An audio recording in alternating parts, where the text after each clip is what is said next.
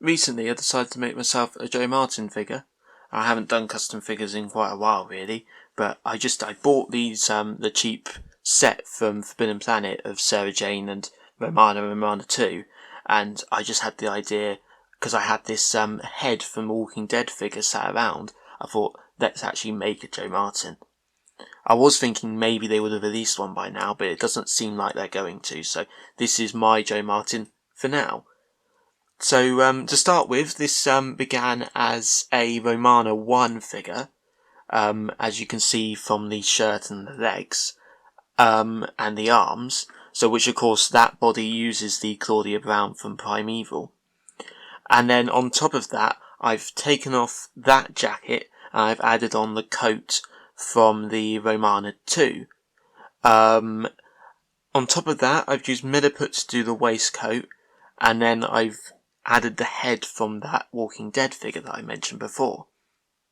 So as you can see, with the head, I had to cut it off from the body in order to add it into this body, which is why there's like this horrible seam going on here.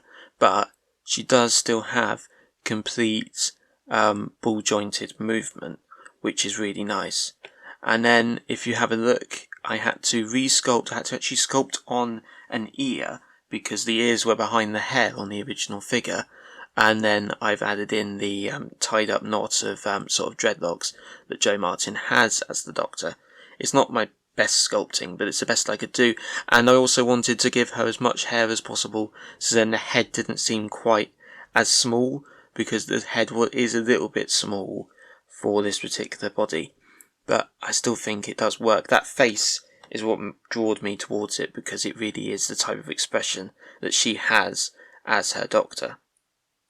So moving down to the shirt here, I decided to paint the whole thing yellow, and then the best I could do was just add in little details of red and blue to give it that sort of idea of that pattern of shirt that she wears. And then I've done the same things to the cuffs. I've done one red sleeve and one yellow sleeve, and that's just done by them. That's why I really wanted to use these particular arms, because this body sort of looks like puffed out sleeves, so that's why I went for this body, so then it seems like her frilly shirt is sticking out from the body. The next thing I did was I wanted to give it more of her body shape, because this was quite a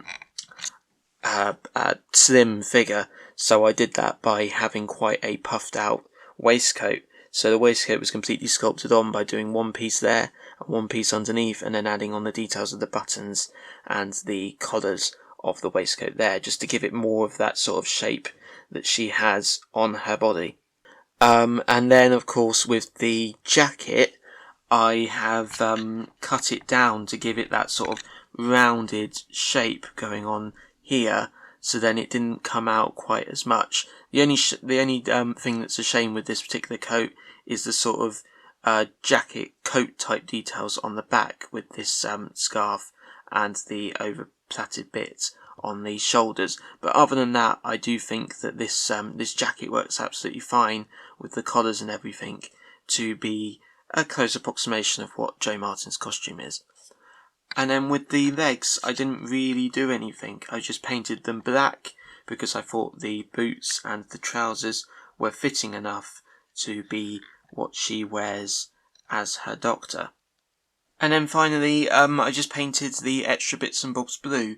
It came out a little bit more of a brighter blue than I hoped. The waistcoat with the yellow underneath sort of is the right colour, but the jacket, because it was originally pink, I thought maybe if I painted it white first and did the blue on top, I might get the same effect of the colour blue, but it did come out a bit too bright of a blue than I hoped. But I still really like it, and it is still appropriately looks like her.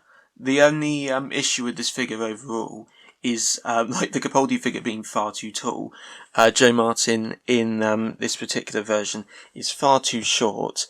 If I bring in Jodie Whittaker, you can see she's actually a little bit out of scale with other figures.